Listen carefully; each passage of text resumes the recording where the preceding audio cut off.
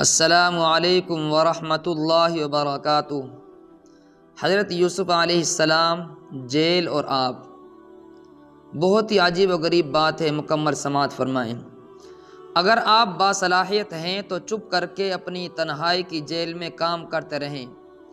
وہ لوگ جو آپ کو اپنی نظروں کے سامنے دیکھ نہیں سکتے اور ان کی ہر ممکن کوشش ہوتی ہے کہ آپ نظر نہ آئیں، آپ والا کام ہم کر لیں گے، لیکن ایک دن آئے گا کہ یہ پیچھے رہ جائیں گے جو شخص باصلاحیت نہ ہو، لیکن کسی باصلاحیت کو کسی خاص مقام پر نہ آنے دے بلکہ خود جم کے بیٹھ جائے۔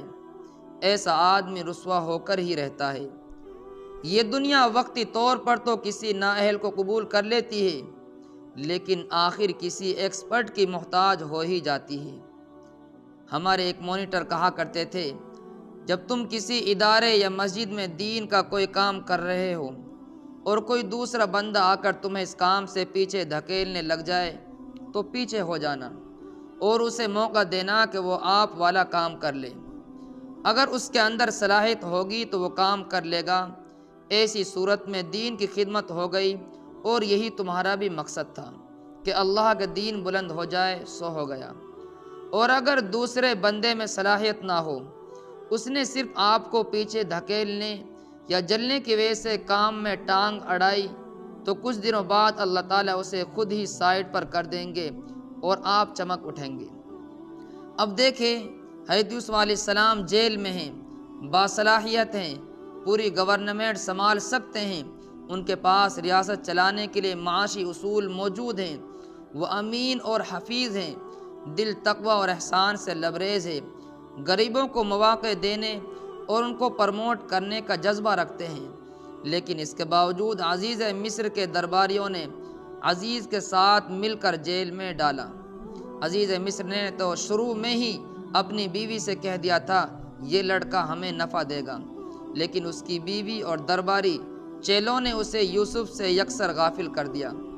کیا قریب رہنے والے منسٹرز کو اتنا بھی معلوم نہیں تھا کہ اس طرح تہمت سے بچنے والا عزیز مصر کے بیٹے جیسا ایک خوبصورت و خوب سیرت شخص جیل کی کال کوٹری میں کئی سالوں سے بغیر جرم کے بند ہے؟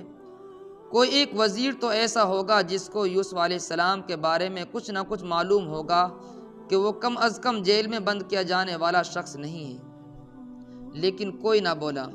بعد میں بادشاہ خواب دیکھتا ہے اور پھر جب اپنے درباریوں سے تعبیر پوچھتا ہے تو یہاں ان کی ساری صلاحیت کا پتہ چلتا ہے۔ وہ کہتے ہیں، اضغاث احلام وما نحن بتأویل الاحلام بعالمین۔ یہ پریشان قسم کے خیالات معلوم ہوتے ہیں اور ہم خوابوں کی تعبیر کے علم سے واقف بھی نہیں۔ اب یہ لوگ مجبور ہو گئے کہ کسی ایسے بندے کو تلاش کیا جائے جو اس علم کا ماہر ہو۔ بالآخر حضرت یوسف علیہ السلام کے پاس پہنچے، اور جس خواب کو نااہل لوگ بے معنی و پریشان قسم کے خیالات کہہ رہے تھے، یوسف علیہ السلام نے اسی خواب کی تعبیر بتا کر پورے ملک کو دیوالیہ ہونے سے بچا لیا۔ پھر بادشاہ نے زمام اقتدار انہی کے حوالے کر دی، جس کے بارے میں اس کے درباریوں کو ڈر تھا کہ کہیں ہم سے آگے نہ نکل جائے، جیسے یوسف علیہ السلام کے بھائیوں کو تھا۔ اگر آپ باصلاحیت ہیں تو پریشان نہ ہوں، اپنے کام سے مخلص رہیں اور کام کرتے رہیں، لوگ خود بخود آپ کی طرف آئیں گے اور تنہائی کی جیل سے نکالیں گے۔ پھر آپ ان سے کہہ لینا کہ فلاں معاملے میں تم لوگوں نے مجھے کیوں اگنور کیا تھا، فلاں معاملے میں تم نے مجھے کیوں پیچھے دھکیلا تھا، پہلے وضاحت دو، پھر بعد میں کام سنبھالتا ہوں۔ لوگ سب کچھ آپ کے حوالے کر دیں گے اور آپ کے قدموں میں گر جائیں گے۔ بس باصلاحیت اور کام سے مخلص ہونا شرط ہے۔